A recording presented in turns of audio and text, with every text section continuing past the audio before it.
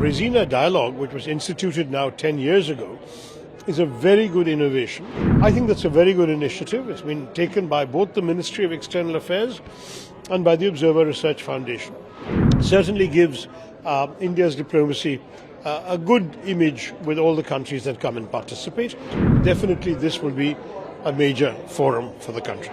Raisina Dialogue, which was instituted now 10 years ago, is a very good innovation because it makes India a place where a number of countries, we have 118 countries this time, come to see what's going on in India, but also to meet each other.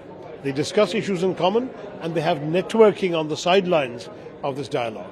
I think that's a very good initiative. It's been taken by both the Ministry of External Affairs and by the Observer Research Foundation. Good private-public partnership, which I think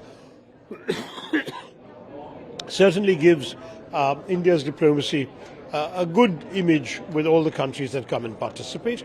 And as this grows in importance and we keep attracting more and more prominent people, definitely this will be a major forum for the country. There's been a lot of discussions of and around the Indo-Pacific because the Indo-Pacific is an extremely important region.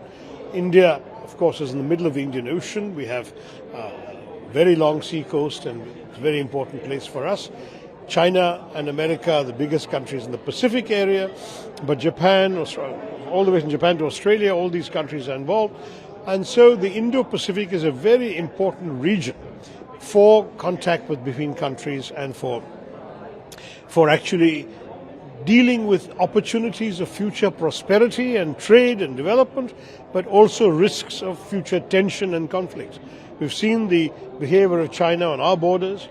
We've seen China threatening a trade embargo on Australia and imposing it for a while. We've seen the Chinese pushing aside Japanese and Vietnamese vessels in acts of maritime bullying. We have seen tensions rising between China and Taiwan. So potentially all this is worrying because for a country like India, we want peace, we want the sea lanes of communication open, and we want to see that everyone preserves a kind of environment in which we can grow and pull our people out of poverty and work for the prosperity of all. That is essentially what is important for us to do. And I think that having, for example, today I chaired a session with 5 European ministers discussing the Indo-Pacific. What is the European policy? We want to know. How much importance are they giving it? Are they too distracted by the Ukraine war to actually talk to us or focus on our needs in this part of the world? Very good discussion, and there is a lot of interest. And when you have an occasion like this in Delhi, people come here and they focus on issues that matter here too. So it's very useful.